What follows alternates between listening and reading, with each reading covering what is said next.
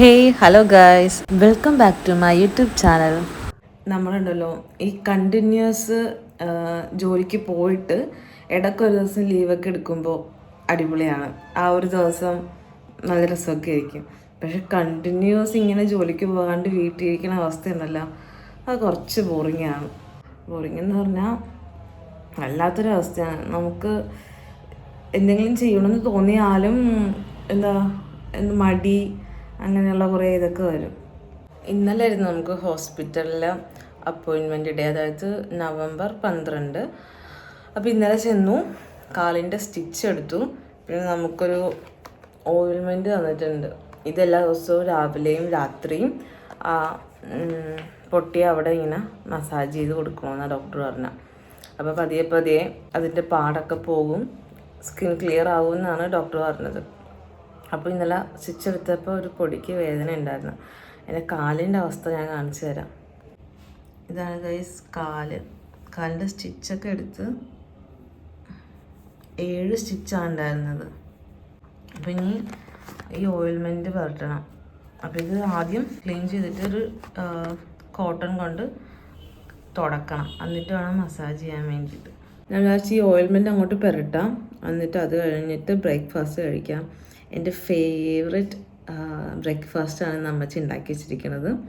That is beef stew. ഇന്നലെ bread മേടിച്ചായിരുന്നു, അപ്പം അമ്മച്ചി ബീഫ് സ്റ്റ്യൂ ഉണ്ടാക്കി. അപ്പോൾ ഇത് ഇത്രയും പെട്ടെന്ന് ചെയ്തിട്ട് അത് കഴിക്കാം. കട്ടിലൊക്കെ ഞാൻ ക്ലീൻ ചെയ്തിട്ടുണ്ട്. ഇപ്പോൾ 2 വർഷമായിട്ട് ഇങ്ങനെയാണ്. കട്ടിലിൻ്റെ പുറത്ത് വിരിച്ചാണ് കിടക്കുന്നത്. എമ മാട്രസ് മേടിക്കാമെന്ന് വിചാരിച്ചിട്ടാണ് വേറെ ബെഡ് മേടിക്കാത്തത്. ഇപ്പം അതുമില്ല, എമയില്ല, സാധാ ബെഡും ഇല്ല എന്ന രീതിയിലാണ്. ഇനി സിയ വരുന്നതിന് മുമ്പ്, സിയ അടുത്ത മാസം വരും, ആൾ വന്നതിന് മുമ്പ് എനിക്കൊരു ബെഡ് മേടിക്കണം.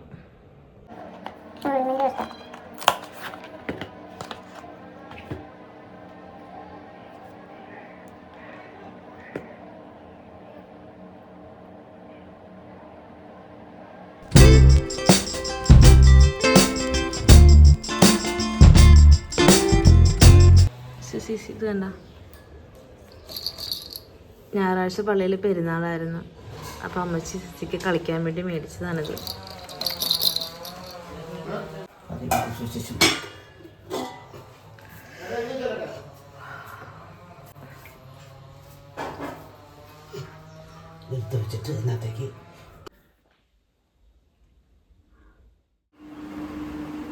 എന്താണെന്ന് വെച്ചാൽ ഞാൻ വീട്ടിൽ ഇരുന്ന് ബോറടിക്കണം എന്ന് പറഞ്ഞപ്പോഴേക്കും എനിക്ക് കുറച്ച് ഡിസൈൻ ചെയ്യാനുള്ള കുറച്ച് വർക്കൊക്കെ എനിക്ക് കമ്പനിയിൽ നിന്ന് തന്നു.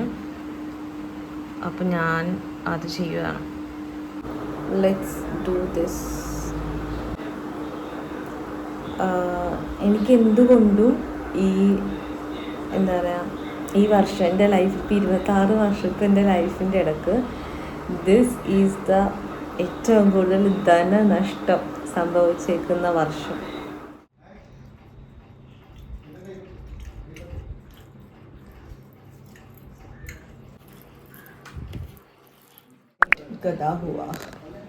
എനിക്ക് തോന്നുന്നു ഇതോടെ കൂടി എൻ്റെ എല്ലാ കഷ്ടകാലവും തീരുവാന്നാണ് എനിക്ക് തോന്നണത്. ഞാൻ അങ്ങനെ വിചാരിക്കുന്നുണ്ട്.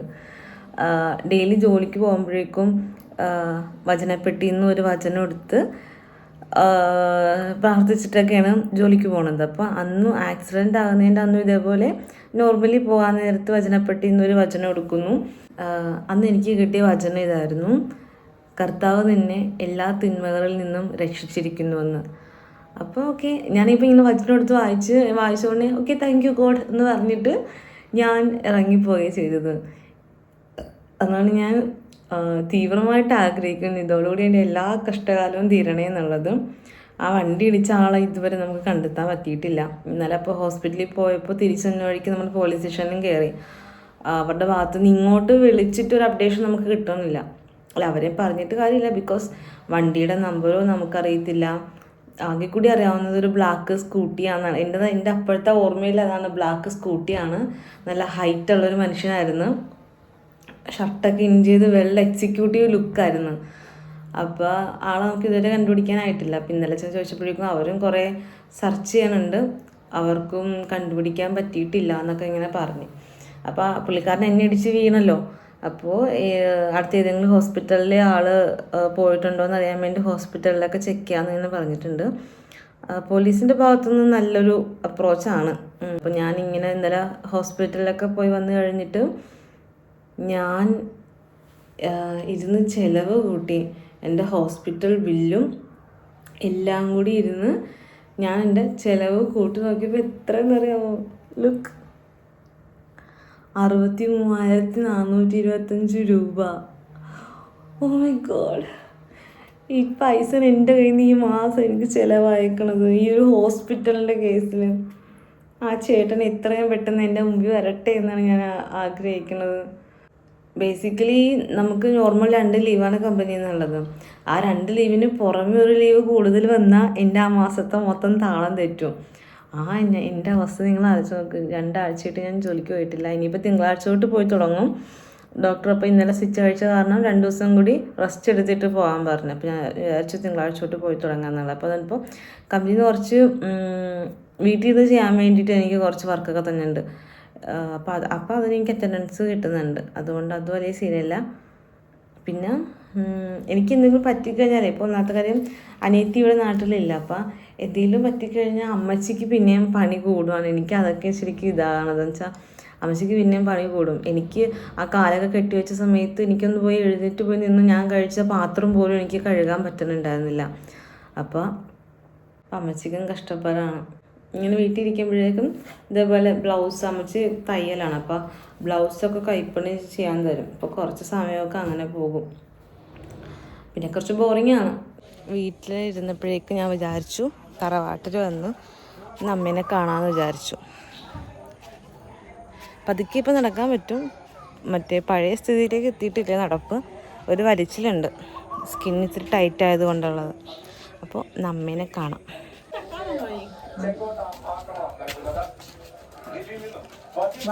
രാത്രിയും ഞാൻ ബ്രെഡും സ്റ്റൂവും തന്നെ കഴിച്ച്. എനിക്ക് ചോറ് കഴിക്കാൻ കഴിയില്ല. ഫുഡ് കഴിച്ച് കഴിഞ്ഞ് നമുക്ക് ഓയിൽമെൻറ്റ് വരട്ടാം. ഇത് വെറും 15 ഗ്രാമേ ഉള്ളൂ ഈ ഓയിൽമെൻറ്റ്. 850 രൂപയാണ് ഇതിന്. പ്രാർത്ഥന ചൊല്ലാൻ പോകും. അപ്പോൾ ഗൈസ്, ഇതാണ് നോർമലി ഇപ്പോൾ 2 ആഴ്ചയായിട്ടുള്ള എൻ്റെ ലൈഫ് എന്ന് പറയുന്നത്. എല്ലാ ദിവസവും ഇതുപോലെ ഒന്നല്ല. ചില ദിവസം എന്തെങ്കിലുമൊക്കെ ഉണ്ടാവും ചെയ്യാനായിട്ട്, ചില ദിവസം ഒന്നും ഉണ്ടാവില്ല. ഭയങ്കര ബോറിങ്ങാണ് വീട്ടിലിരിക്കുന്നത്.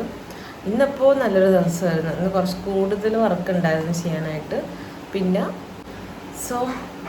This is one of my സിക്ക് ലീവ് ഡേയ്സ് എന്ന് പറയാം. ഞാൻ എൻ്റെ വ്ലോഗ് ഇവിടെ വൈൻഡപ്പ് ചെയ്യുകയാണ്. So thanks for watching. നമുക്ക് അടുത്തൊരു ഇൻട്രസ്റ്റിംഗ് വീഡിയോയിൽ കാണുന്നത് വരെ ബൈ.